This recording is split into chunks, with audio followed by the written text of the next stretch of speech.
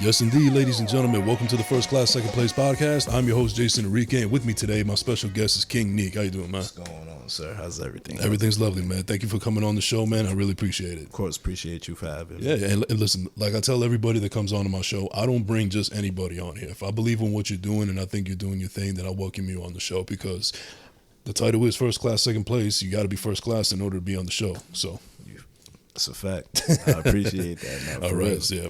So let me start off the show with the question that I ask everybody that comes on to my show. Tell me the beginning of your New York story, meaning like where were you born and raised and what was your upbringing like? Well, originally I was born in Queens. I was born inside the hospital out in Queens. Grew up in Long Beach till like 4 years old. My mom got married. Long Island? Yeah. Okay. Yeah. Shout out Long Beach. My mom got married, moved out to Brentwood, Long Island. Like I said, had the biggest house on the block because she married to a hardworking Haitian guy. Nice. So, had that. They got divorced, moved to New York. So I went from having the suburban beach lifestyle, to the concrete, to sirens, to the hood, jungle, yeah. To that type of lifestyle. I did that till I was 15, 16. And then after that became my New Jersey story. Right. And so that's interesting that you bring that up, Matt, because we just spoke a little bit about, our upbringing before we started recording, and also in my research, like I noticed that like one of the things that we have in common is that we were able to actually see both sides of the spectrum. Like you lived that suburban life before, and then you were also in the hood, and then you were able to basically have some gray area in your life where you I don't know who that is. Anyway, so basically, you were able to have that gray area, and then you got the best of both worlds. Essentially, I mean, that's how it happened with me as well. And would you say that's you wouldn't take back that trajectory at all, man? Like you actually feel like it developed you as a person, not just as an artist. Nah, definitely. I don't think anybody should take back your life experiences. Right.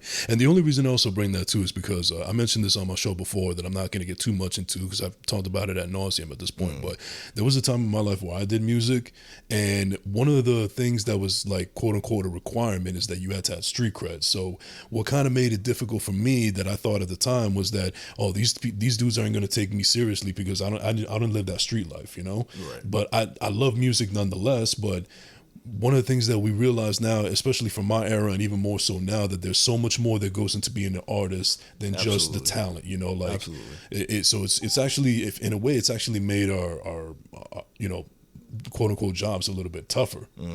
So but it seems like now it's it's a little bit more acceptance now. It basically like you don't necessarily have to have all that street cred and everything. I mean, it would help out to a certain extent, but I think more now than ever that people just appreciate the fact that you're just being real with yourself and being real with your audience. No, absolutely. I think authenticity is key in your music. Yeah. If you see, I mean, you got the street rappers, which is that's something that is hot. That's something that's hot now. Everybody gravitates to the street guy because it's the lifestyle that the suburban people want. Right. It's a lifestyle that they put the glitz and the glamour behind it, but still being authentic with yourself in your music. You could be singing, rapping about anything. I'm very authentic in my music. I lived the street life, but I didn't live the street life. Right. But I appreciate that about you because you're being real with yourself and you're not afraid to be in your own skin. And I think that's what it's going to gravitate towards my audience, to your audience, and everybody else is going to follow along.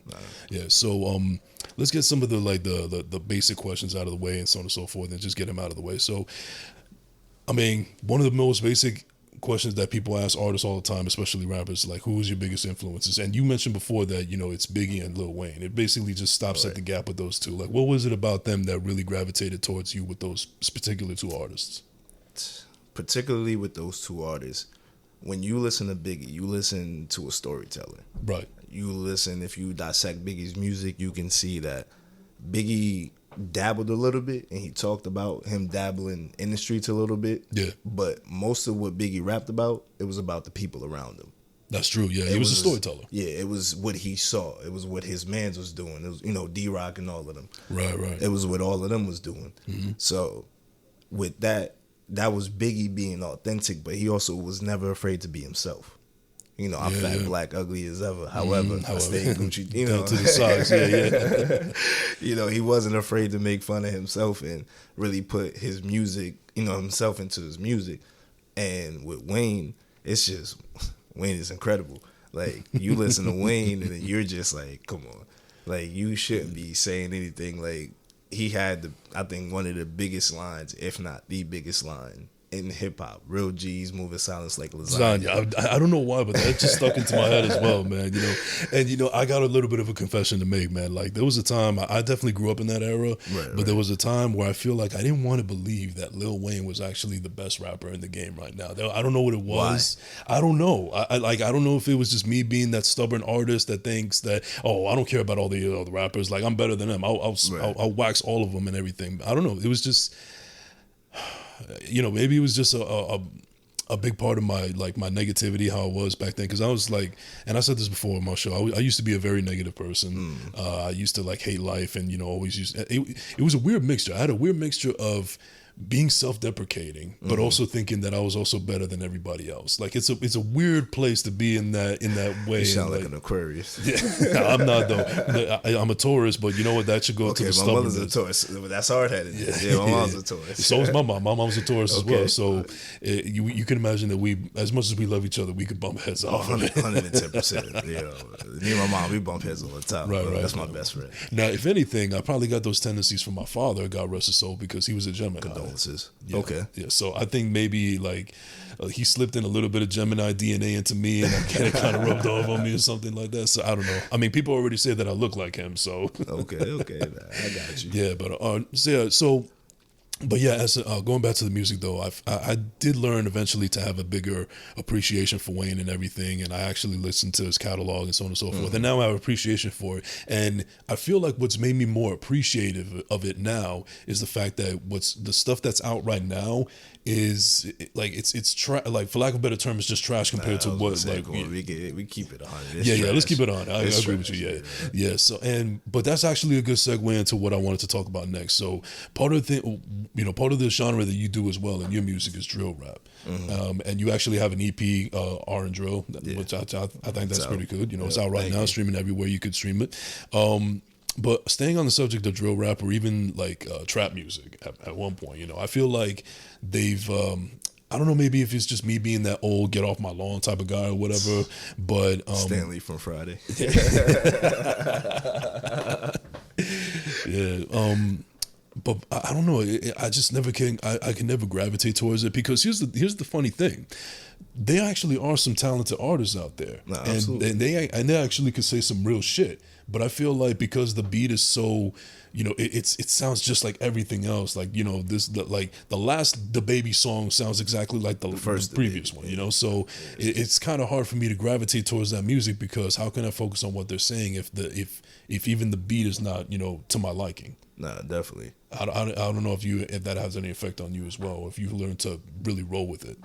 I mean, if you listen to my beat selections are all catered to my voice. Right. You know, I have a very distinct voice when I get on the track, so. Right. I was about to say, man, you're making me look bad with that voice, but no, continue. I fuck with you. No, but continue, man. So, like, trap music, I never really got into it. Like, I can honestly say I never really got into the whole trap music. I respect it because it's a part of hip hop. You know, it's a different section of hip hop. Drill music, just like crunk music was a section at one point. You know, and I wasn't into crunk music outside of that Lil Jon song. Pretty much, yeah. You know, so, but as far as like drill and trap music, the beats definitely all sound the same. One thing that I see, and I'm trying to be a part of that wave too, or lead the wave, however you want to put it. I think that's better. You know, because I am the first rapper to do an R&B and a drill album EP together. You know what? That may sound like hyperbole, but you may have a point there, because I can't think of anybody else that, especially now that off the top of my head. If it was actually something that was already done, it would have came off the top of my head. But no, I could only think of King Neek right now. You see what I'm saying? I think it's just about what you say on the track, which is what I think a lot of artists should challenge themselves, because like you said, it is repetitive. It is the same beats. They all talk about the same thing. Right. So it is kind of hard to get into. So you're not being a grumpy old man, get off my lawn type when you when you think about that, because there's certain genres of hip hop that I just stay away from, because it's not my cup of tea, and it's okay that it's not your cup of tea. Right. Now, obviously, as an artist, you have to feel like you have to cater to almost anybody and everybody that's going to listen to That your was music. my first mistake as an artist. Okay, well, we'll get into that, and I'm glad you pointed that out, because it seems like, you always say, like when you're doing a project or an album or even just releasing a single, you have to have like a love track, or you got to have like a street record track, or you got to have something that's going to be like lyrical if you want to go down that route, or something that's going to be complete radio, like it's going to be a radio hit for sure. With that being said, with all these different types of tropes that you could do with your music, and you've done all of them, what would you say is your favorite type to do? Like, what is the subject matter that you enjoy speaking about when you're making a record? Women. Okay. Like, I've had a lot of dealings with women. Mm-hmm. You can tell in a lot of my songs I speak about a lot of women. Speak about my situations with women. Just like going back to the whole drill and trap. The street records is cool to do. I got street records, and just because I've dabbled in it, so I could talk about what I've done. Right. And it's part of who you are anyway. Right. But it's definitely women. It's definitely the love, the relationships. Just because I've been in a lot of relationships, whatever you want to call it. So that's just the easiest subject for me to talk about. I can talk about the same woman 20 different times, just because I've had 20 different situations. Okay. And make you think that it's about a different female. Yeah. Now, if there's one song out there for the people that don't know who you are yet, if there's one song out there that you feel encapsulates who exactly you are as a whole, as far as who you are as an artist, which record would that be, in your opinion? Full honesty. Yeah, of course. Couldn't give you one specific. Okay. I would give you at least 5. All right, let's do 5 over the place. Let's do a little bit of a top 5 in no particular order, but like give me 5 right now. No particular order. Yeah. PMF, okay. Audemars, Am I Alright? Off the R&D Drill, Serena, okay. Don't Let Me Go. Okay. I can name That's 5 a bunch right of unreleased. Yeah, and I actually I'm actually glad that you pointed out one of those records. The one that you pointed out was number 3, even though it's no particular order. But we were talking about Am I Alright? Right. Now I was actually listening to that record on the way over here. I do my research and so on and so forth. And I think that my favorite line in that entire song is, I walk alone, that's when I feel the safest. and it definitely gravitates towards me, man, because one of the things that I do for my mental health, and I talk about this on my show a lot of times because I'm a big advocate of mental health, especially men's mental health and so on and so forth, that actually is my therapy. My therapy is walking 3 or 4 miles a day, listening to either a podcast or listening to music, and it's been beneficial for me because it's good for me physically, and this is something that I used to do it's funny because even though my father and I, we had a decent father-son relationship and everything, we were 2 alpha males, and sometimes we couldn't be in the same room at all times.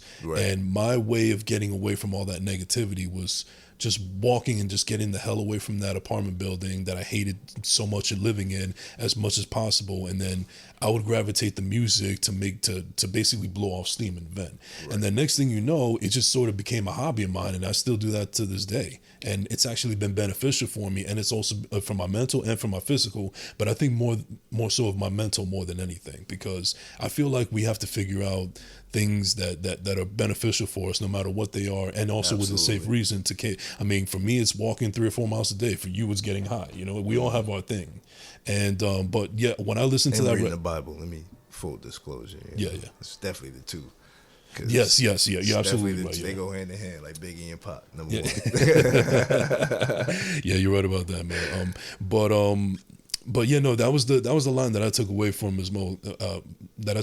the most listening to that record, because like, okay, this is what I like about this artist, and I could gravitate towards that, and I'm hoping that not hoping actually, I know for a fact that my audience, if I know them as well as I think I do, they're gonna gravitate to not just a song like that, but to your music as a whole. Right. I mean, I tell you what where am I right? You know, we talking about mental health. Yeah. I was in a very depressed state when I wrote that song. I wrote that song in 5 minutes. Right. You know, you like going on walks. Same. You know, we got a lot in common. Right. There's a where I live. There's a park that's about like driving 1 minute, walking about 5-10 minutes. Right.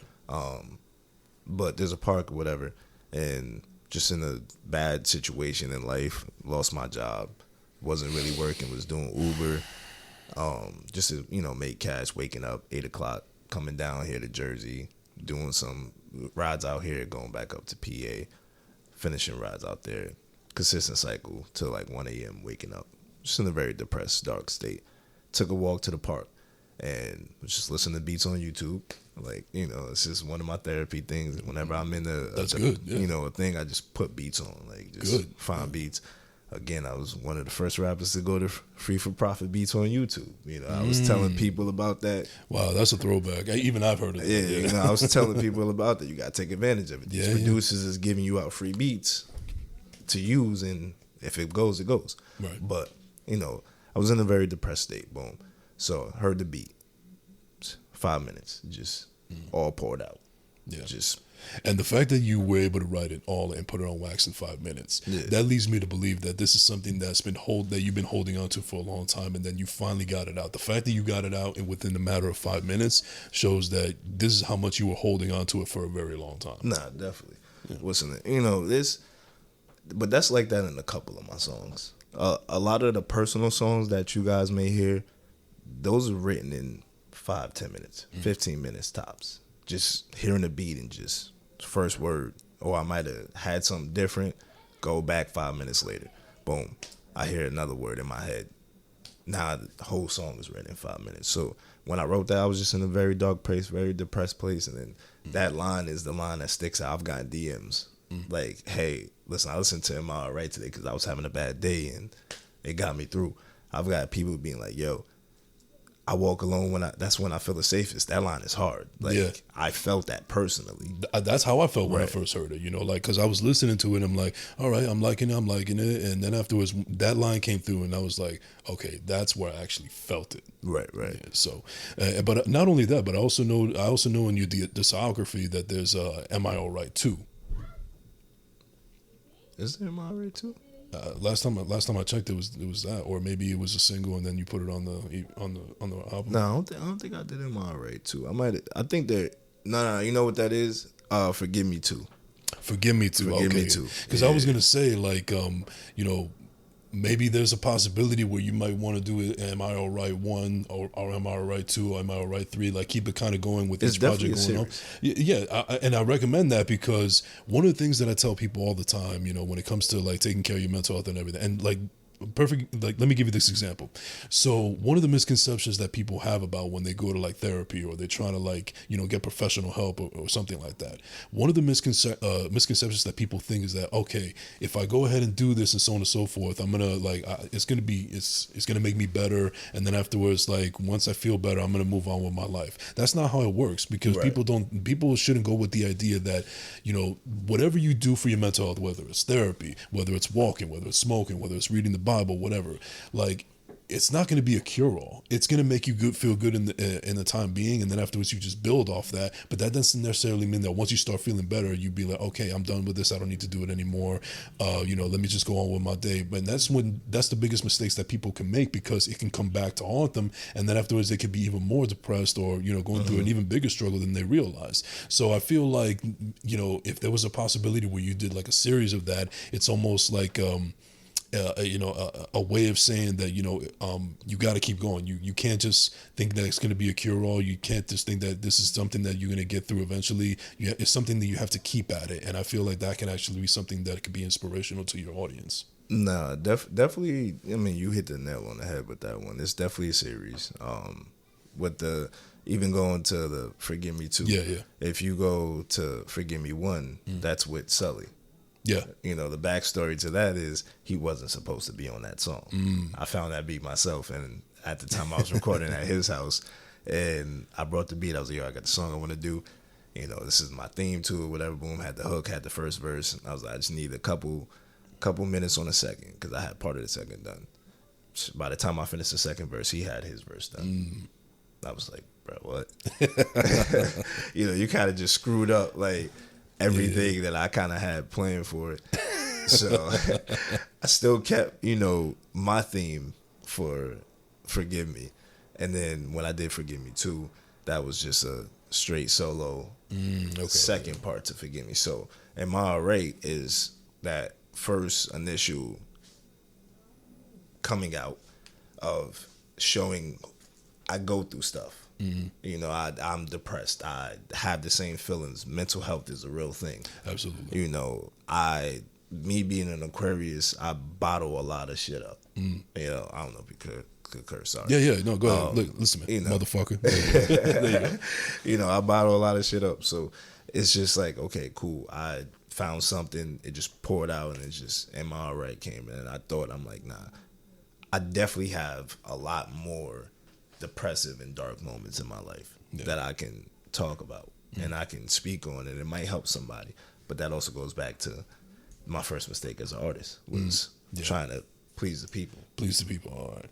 Now, and I've actually spoke about this on my show before, and I was, discussing with you. Do you feel like when it comes to, and staying on the subject of mental health, do you feel like one of the reasons why minorities like blacks, Hispanics, whatever, there's always going to be the stigma because, from an old school, our family from, they had the old school ways and so on and so forth. And they would look at that as a sign of weakness. Like, if you're going to go see a shrink or whatever, you weak, you weak-minded, you're supposed to be stronger than that. What's wrong with you? What's your take on that? People say I need to go to therapy. They tell me that all the time.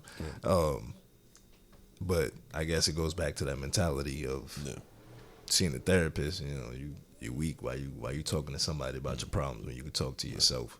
You ever get that thing where it be like, oh, if you're gonna do that, I'm all for it, and I hope it works out for you. But just do me a favor, don't tell them what goes on in the family. Oh yeah, yeah. And it's funny, ironic, because sometimes they're the reason why you got to be in therapy. Right. Some people don't want to face their truths. Yeah. Part about being an adult is you got to face your demons. Yeah. And we all got them. Mm-hmm. So you could run from your demons, like you said earlier, and it's gonna come back to you. It might be suppressed for that second, but that demon ain't going anywhere if you ain't get them out the way. Right.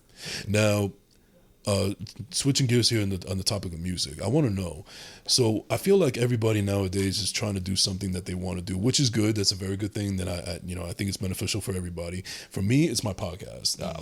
I could tell you right now that the reason I got into podcasting is because I had an affinity for radio ever since 2005, and I felt like this is something that I could excel at. And we live now in a time where we can actually do it ourselves, and everything is attainable to us, whereas it was to back then. Right. I personally do this because this makes me feel good. It makes me feel like I have purpose. It makes me feel that people can show me a sign of respect that I've been looking for all my life. Mm-hmm. With that being said, when it comes to you and being an artist and so on and so forth, what do you get out of it? Like, what was the reason what would you say a couple of main reasons why you wanted to do this and not just for monetary reasons?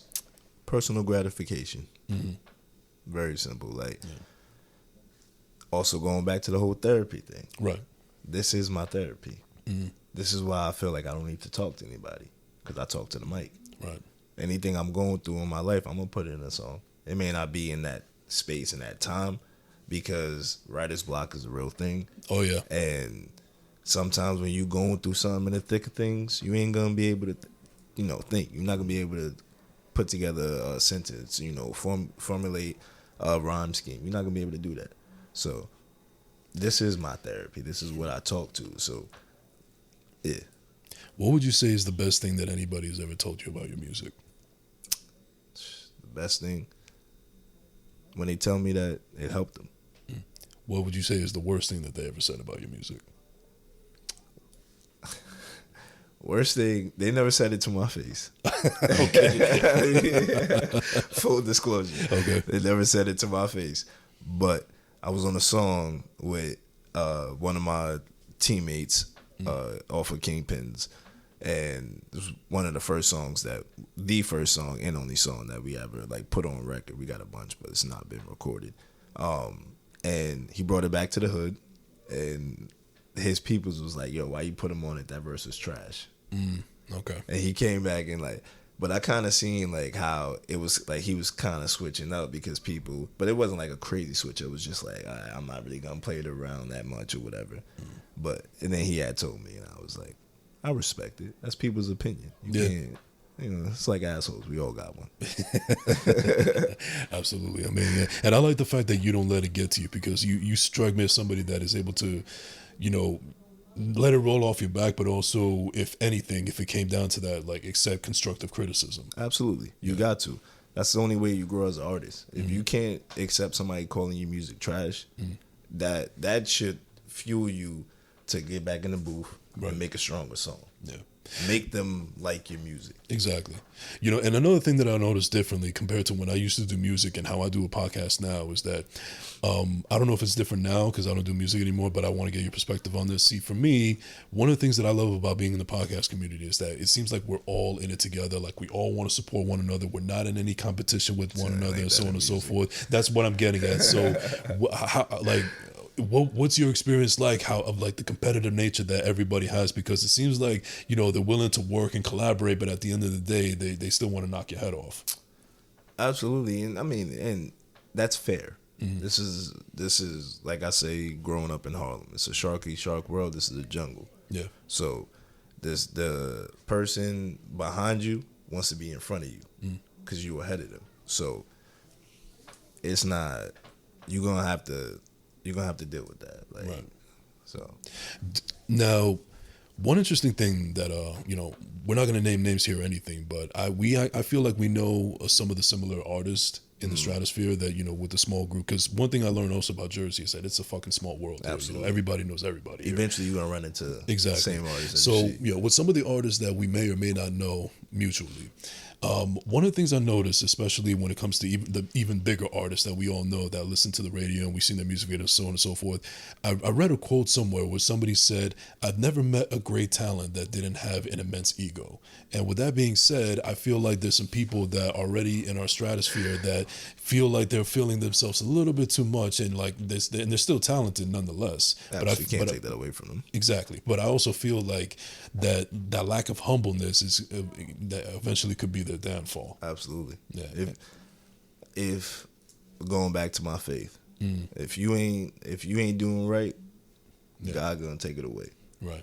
And one thing that actually kind of pisses me off sometimes when it comes to artists and when it comes to, you know, the people who they really are behind the facade is like, at one moment, it's almost like they're trying to play they're trying to burn the candle at both ends, where like they're trying to mix in that era where they're trying to mix their music alter ego along with the person who they are personally. Right. And sometimes you appreciate the person who they are because you appreciate the authenticity, but at the end of the day, they're so immersed in their alter ego that they allow that to consume their everyday life. And I also think that sometimes that could be their downfall as well. And it's not even just in music, it could be just in everyday life as well, because I feel like in this day of social media, people think a little bit too highly of themselves more than they really should. I mean, definitely. And that's also, I mean, we definitely are similar. I like your thinking. But no, that's actually one of the reasons why I chose Neek as my artist name. Okay. Because that's me. Yeah. There's nobody else like you. Yeah. I'm one of one. Okay. And humbly speaking, of course. Look, humbly, what Kevin Gates say, I'm sorry, I'm so not sorry. No. Yeah. You know, I wear it. I came in here with a robe. Show you my kingship. But that confidence is just because of how I grew up. The confidence is because of what I've been in my life, what I've overcome. So, me personally, I didn't want Lil in front of my name. I didn't want a moniker. I didn't want to build a moniker. Was that your name at one point, or some of the names that you were toying with? Nah. Okay. I didn't really have a rap name. You know, I didn't think about that. Okay. It was just whatever. I would put my name on it, but I didn't put any music out with my name as Neek. You know, it was just in the studio, so I didn't really have that moniker until I went through my situation with losing my job. And then, like, it was like, boom, this is who you are. Right. You got to show who Neek is. You got to show the world who the man that you've become. Yeah. You ever have people kind of fuck up your name like Nikkei or something like that? Oh, all the Spanish people. Shout out, honorary All the Dominicans and shit. DK. Honorary Dominican, went to school in Washington Heights. Shout out George Washington. Taught me how to bachata, all of that. There you go. There you go. But yeah, no, Nikkei is, and I let them. Those are my people, so I understand it's that Spanish thing. So yeah, to my Spanish people, I'm Nikkei, and I respect it. Nice, I like that. It's all love. Yeah. In my research, I noticed that somebody that really inspires you and is a big influence on your life and everything is your mother. And one right there too. Yeah, there you go. Now, and the question that I'm getting at is, you've mentioned before that she's been able to drop a lot of gems, and she's inspired you in so many words and everything. In this particular moment that you're feeling right now, what would you say is one of the best gems that your mom has ever dropped to you? Keep God first. Don't worry about what the world says about you. Is it safe to say that she's your biggest fan? No. Okay. Yes and no. Okay. Like, my mom is not into secular music, so it's okay. I'm not saying I'm Biggie, right. But there's that parallel between the mother and not listening. Okay, I see what you're saying. You know what I'm saying? Like, it's the mom didn't necessarily agree with what Biggie was doing. My mom doesn't necessarily agree with me rapping secular music because of my faith. Yeah. And it's funny you mentioned that too, because back when I used to do music, my mother, she's a very religious person as well, born again Christian and all that. And when I told her when I was, when it looked like there was a moment where I was taking music seriously, and I thought that it might actually take off for once, one thing that really stuck out to me, what she said was, well, if you do it in God's name, then I'm always going to be all for it. Meaning that she only wanted, I think at the time I was taking it as like, well, maybe I should only do music about God. But I think in hindsight, I think I realized what she was trying to say, that if it's in God's plan, then go for it. Right. This is what we talk about when, we grow up and everything is hindsight 2020 and so on and so forth. And it's mind boggling when you look back and you see what that message really was, So and I don't know why that just kind of like, that just kind of came to mind when you just brought that up, especially considering that, it seems apparently that, I don't know your mother, but it seems apparently that, they're both pretty religious in their faiths and so on and so forth. And it wouldn't surprise me if they bumped into each other. They probably get along great. Oh, yeah, she's very unshaken. I mean, one of the other things that she definitely said that stuck, and I will say this to all black men, all men of color, is that because of the color of your skin, you got to work 10 times harder than the white man. No racial anything. No. It's a fact, So that's one of the things that she gave me that really just drives me every day. Right. I know I got to work harder because of my skin color. So, I mean, and you're absolutely right. It's not a racial thing. It's just a fact of life. Unfortunately, there's too many. We're not going to get all political on everything, but the fact of the matter is that there's just. I'll just say that there's just the evidence is just too strong for it to be not felt that way.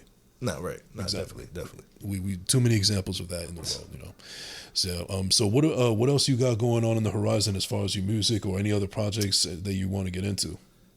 Right now, it's just letting the project do what it do, continue growing in all the other countries that I stream in. I'm now up to 22. 22 now. Yeah, I'm now up to 22, which is a blessing.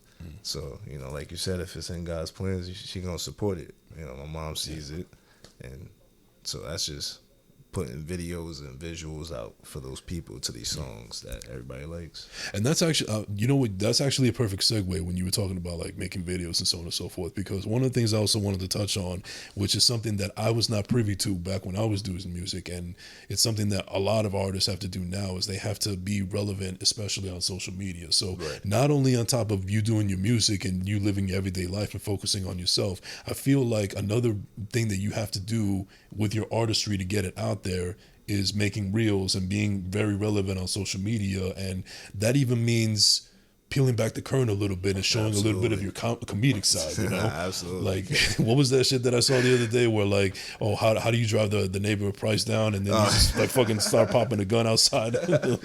Shout out to the 118,000 people.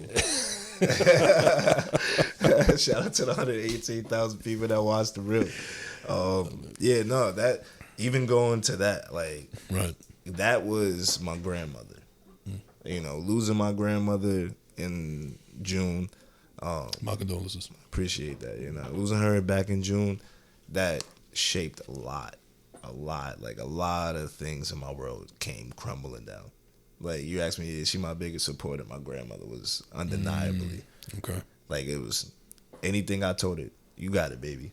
Like, there was no questions. It was, I believe in you. I got faith in you. God got you. Go ahead. So, And it sounds genuine. It's not just because she was saying that because you're her grandson. yeah, no, it's that's my heart. That's long live Betty White. But yeah, no, it's losing her. It was either go down a dark path with coping, or it was show something else.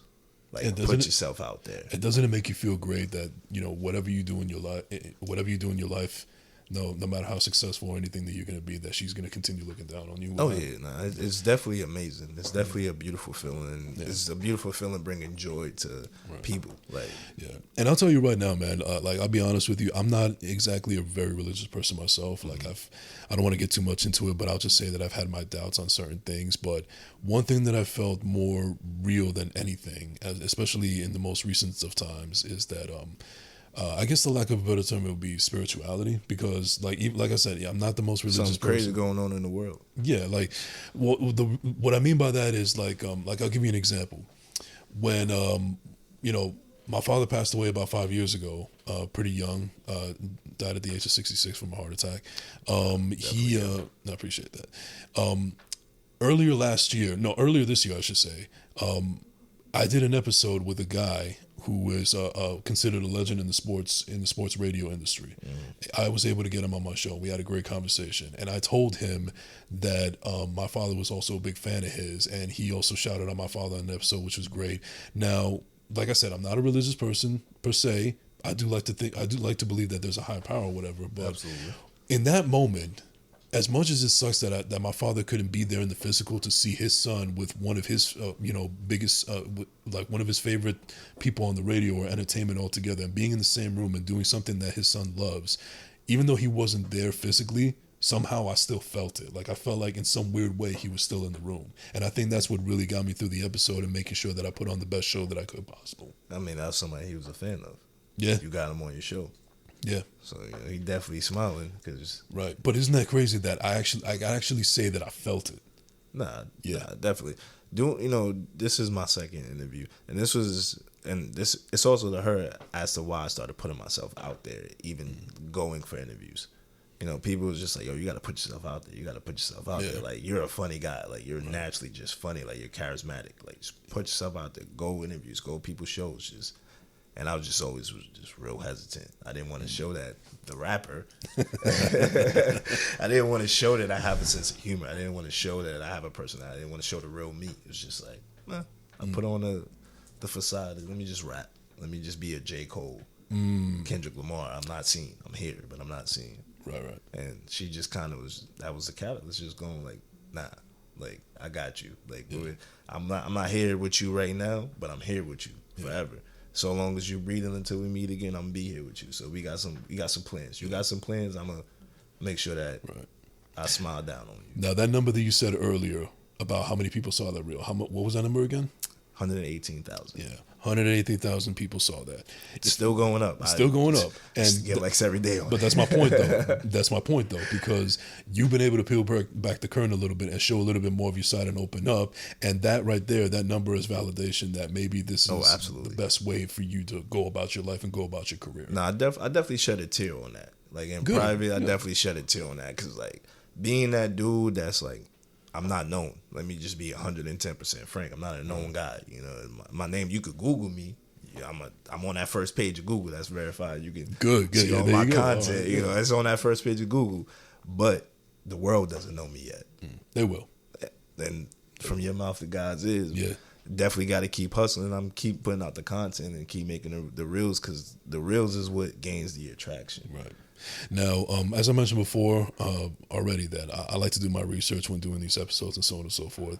One thing that I came across that I thought was really fucking dope, and maybe there's a chance that you guys should work on it again, if it's possible, is that little Halloween cipher that I found on YouTube a while back. Which we got two.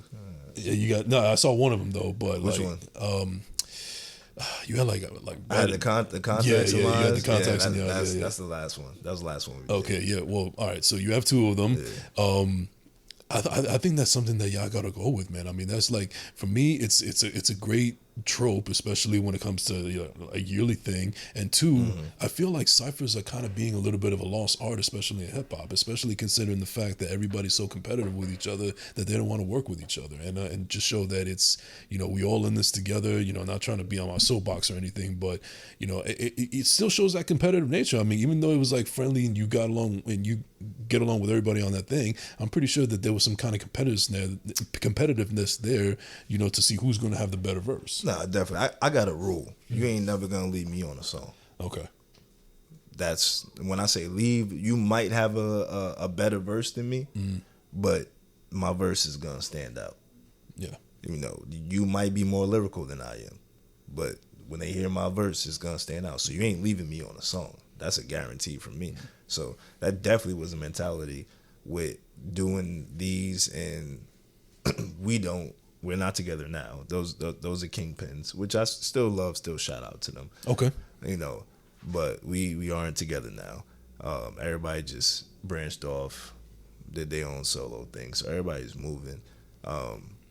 Definitely, if we do ever manage to reconcile and get everything, all the business back in order, we definitely is gonna come out with more. There's a Thanksgiving one. Like we had a whole layout plan. Thanksgiving, Valentine's Day, nice. Christmas, Halloween, all the major holidays. Just that's pretty dope. I actually like that idea a lot. Like a cipher for it.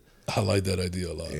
We definitely they got the Thanksgiving one, so it's out there. Okay, good. Go ahead and plug it. Yeah, definitely go to YouTube. Definitely type in Kingpins, and the Halloween cipher's out there. Both of them. The Thanksgiving one is out there. But maybe y'all see it, maybe y'all won't. It depends on. Yeah, well, even if it does or doesn't happen, let me just give y'all your flowers there, because I thought that was pretty fucking dope cipher. Nah, I appreciate that. That's my dad's. Like one of my dad's favorite tracks. Really? He be on YouTube and he's like, it comes on shuffle randomly. He's like, and every time I let it play, like he's like, that's hard. Like you don't understand like how dope that is, like which I did. So it's definitely dope that you noticed that. That's fine. Yeah. No, hey, listen.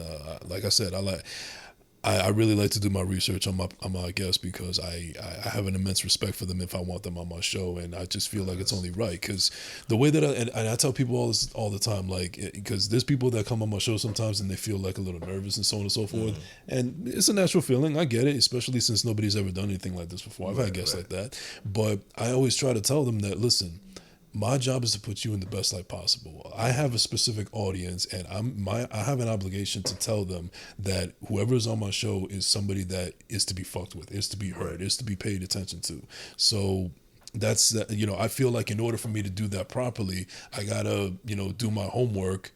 And it's actually the only homework I ever enjoyed doing, to show the respect of the people that come on my show. Stay in school. Yeah. Yeah, don't be like me. Don't be a podcaster like me, man. But I'm with you though, because I wasn't a fan. Yeah, no, I hear you. I got a bar where I said something about school. I forget what song it was, but I said something about school, and then I turned around. I was like, I'm just playing. Like that's not how I meant it. Like, don't take it like that. But I did it in a rhyme scheme. Yeah. No, well, I appreciate that, man. But yeah, no, this is I had a good time with you, man. This has been a dope conversation. We got a chance to meet each other at that open mic night at Absalom. Shout out to Stephanie at Absalom. Happy birthday, by the way, girl. Happy birthday, Queen. Yeah, and I went there and I was showing support to all the artists, showing up support out to Stephanie and so on and so forth. But you were just one of the people that I gravitated to when you were on there, and I just, not only did I like your music, and not only did I have immense respect for you now from your personality, but I thought you also had great stage presence. You kind of displayed this kind of quiet confidence that you didn't want to let everybody know that you were the king shit of the room, whatever. I'm gonna let you decide that for myself. I'm just gonna go up there and do whatever the fuck I gotta do. Look, again, you see, you hitting on pinpointed. I like it. Yeah, but that actually goes more to you, in the sense that you're able to put out that energy, and I was able to reciprocate from it. So I can only imagine all the other people that are going to reciprocate to that energy as well, once they start to see you and they listen to you. It's definitely whenever I walk into a room, it's about respect. I respect everybody in the room, but I'm also personally not to be fucked with.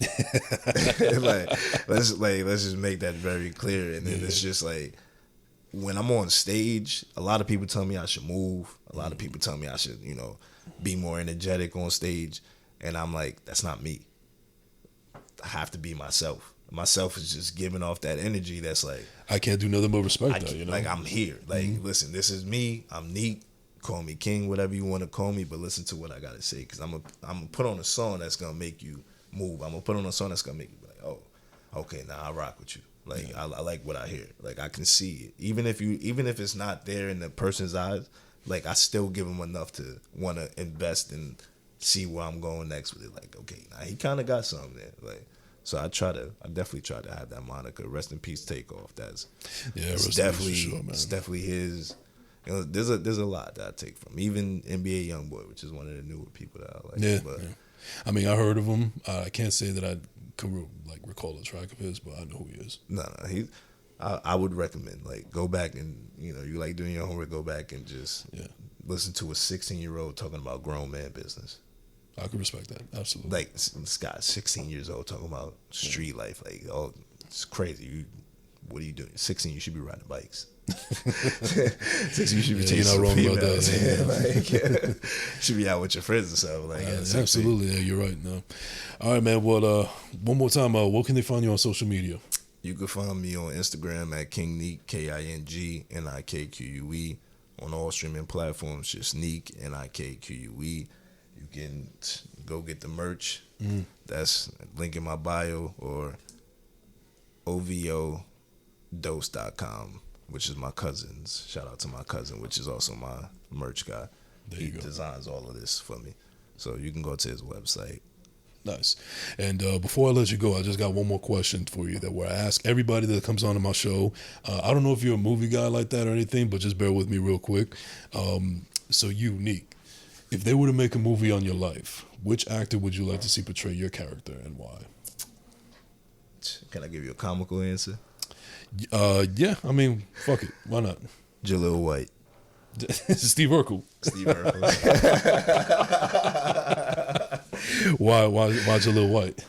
Shout out to Jaleel White. He actually retweeted me one time. And, wow, okay, that's me. Like, actually responded to me retweeting one time at like 2, 3 in the morning. I was watching Family Matters. Just high. It was just like, yo, Jaleel White is so underrated as an actor. Yeah, you know what? Not only that, but he's also underrated, like, Swap. Because remember when he came out as Stefan? Like, come on, it's just the switch up was real. But nah, like, when I was younger, I always got called Steve Urkel. Like, they always said I look like Steve Urkel. They always compared me to Jaleel White. So I'm gonna go with somebody that looks like me, that I feel like can portray, Stefan. Right. If you want to go with the comical, we can go with that. You got to do the both sides, and I feel like that's a good character. Somebody that I've been look like, or he has Stefan, and you got Steve. And you know what? I'll give you credit, man, because there was never in a million years I thought I would get that answer, man. But I respect it, because like, you're not giving me a straight bullshit answer. Like, you're not just saying the typical, like, Michael B. Jordan or whatever. Nothing wrong with Michael B. Jordan. I love Michael B. Jordan, but come on, people. He's been enough. Yeah. And wasn't there a Family Guy episode where, like, Steve rapped? I'm pretty sure it was like a musical episode. You know what? I got to double check on that, man, because I haven't watched Family Guy in God knows how long. Yeah, it's been a minute since I did it too. Yeah. Because, one, I got a life now, so I can't be watching TV like that. And two, me personally, I feel like the show hasn't been up to par like what it used to be. Oh, no, none of the TV shows was like was back in the day. You know what? Because to me, it stopped being funny and started being disgusting. Like, I ain't here for this shit. I agree. We ain't gonna go no details, but I agree. I understand. Yeah. We'll just roll with that, yeah. No, man, but I appreciate it, man. Well, ladies and gentlemen, that's going to do it for this episode of First Class, Second Place. I want to thank my guest, King Neek, for coming through. Thank you so much for doing it. Any more shout-outs that you want to give out to before we head out of here? Just shout out to all 22 countries that stream me. Shout out to everybody that supports me. Shout out to First Class, Second Place. You already know for having me. I appreciate it. And just shout out to my family. You feel me? Rest in peace to my grandmother, like always. Long live Betty White. And one more time for your social media, where can they find you again? King Neek, KingNikQue. That's on Instagram. The Neek J. Easton, if you want to follow me on Twitter. I'll be tweeting out wild shit. but you know, that's my platform to go crazy. All right. Well, thank you very much for coming through, man. Ladies and gentlemen, you can find me at JasonEnrique_ on Instagram, Twitter, TikTok, and you can also like and subscribe on YouTube. And don't forget to follow the First Class Second Place podcast page on Instagram as well. This has been the First Class Second Place podcast. We out.